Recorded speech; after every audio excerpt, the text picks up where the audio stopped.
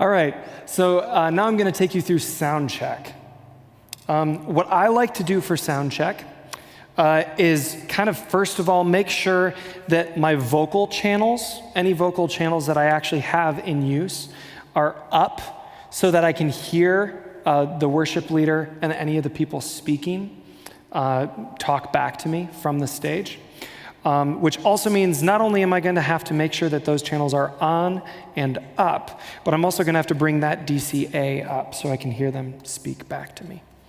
Now, typically how I like to do sound check is from channel 1 right on down the board, starting with the kick and the drums. So the first thing I'm actually going to do is go to the A layers of this board to show you that channel 1 through 32, as it displays on the board here. I've got my drums furthest left, and then I start into my instruments when it turns green here. I'm going to select the instruments I have for the day, which are bass, acoustic guitar. I've got one acoustic guitar. I've got one electric, which is actually a stereo set of channels. I have a keys player. I've also got pads, and I also have a cello playing today. And those are the instruments that I've playing. I'll show you another way of checking that out in just a moment. But when I'm going to start sound check, the first thing I want to hear is that kick drum. So I'm running from virtual sound check today, which means that I can hear all of the tracks of people singing, and I'm going to be using that as my material, just so you know, so I'm bringing the vocal DCA down just for the training purposes. So typically when I start to sound check, what I like to do is bring all my faders down, bring the DCA that I'm looking to listen to up, and start with the kick. So starting with the kick.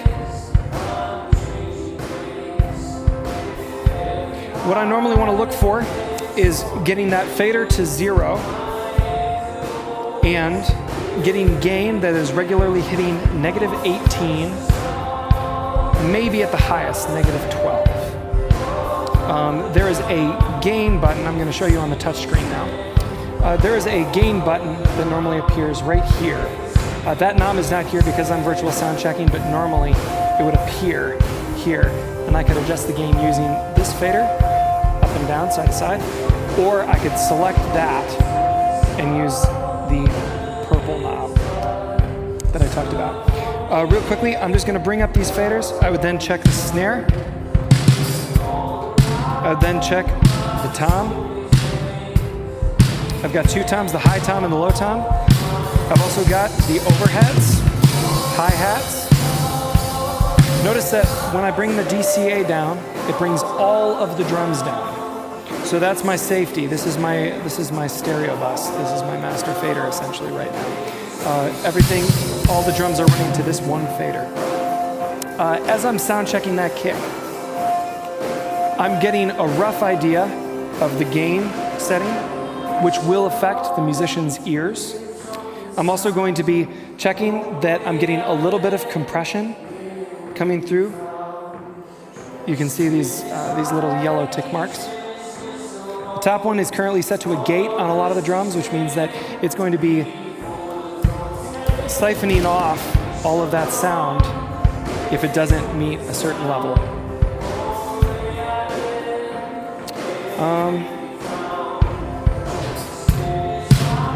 So I'm going to turn everything back on right now and take you through all of the band instruments, which are on my second shortcut user layer right here, B2. So, going to start with the bass. If I bring the band DCA up, we've got some bass on.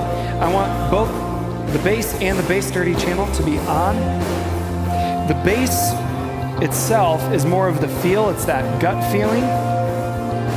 And the bass dirty channel is more of what I'm hearing of the bass. It kind of brings in some of the mid-range and the definition and the higher end thump for those people listening on earbuds and computers. Also, we've got our acoustic guitar. We've got the electric, the keys, the pads, the cello. Those are the instruments we're playing with today. So now what I'm going to show you is on the acoustic guitar channel, sometimes things won't be patched properly, and you'll have to repatch them. The acoustic guitar is going to be coming in typically on one of our wireless channels. It is currently mispatched. If I need to change that patch on any channel, in this analog gain section on the touch screen, right where the gain knob normally would be, there's a square that needs to be patched properly. I know just from memory, normally you'll see that person playing and coming in on the selected channel, but I know just generally speaking from memory that that guitar is going to be on, I believe it's Dante 32. Yep. Now, normally what you might actually see on this screen is just green showing up metering for that one instrument as they sound check. It's one of the reasons that it's important for the instruments that aren't sound checking to be quiet during that time, so we can make sure the patching is properly set up. Okay, so I've got bass, I've got acoustic guitar, I've got electric, I've got the keys.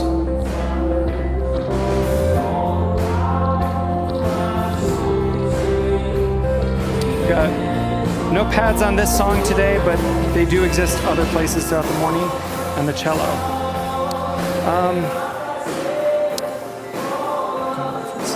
My sheet.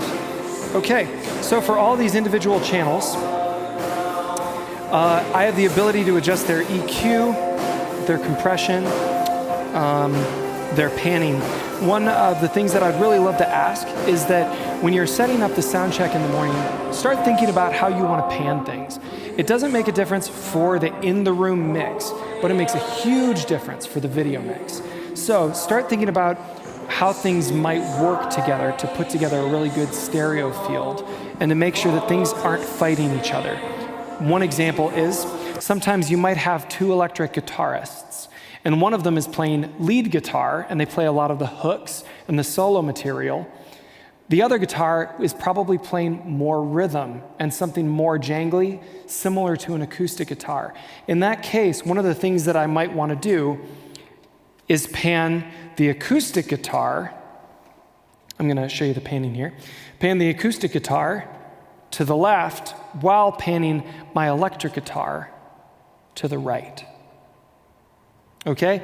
Just thinking about kind of spacing those things out. Or say I have a violin and a cello on the day.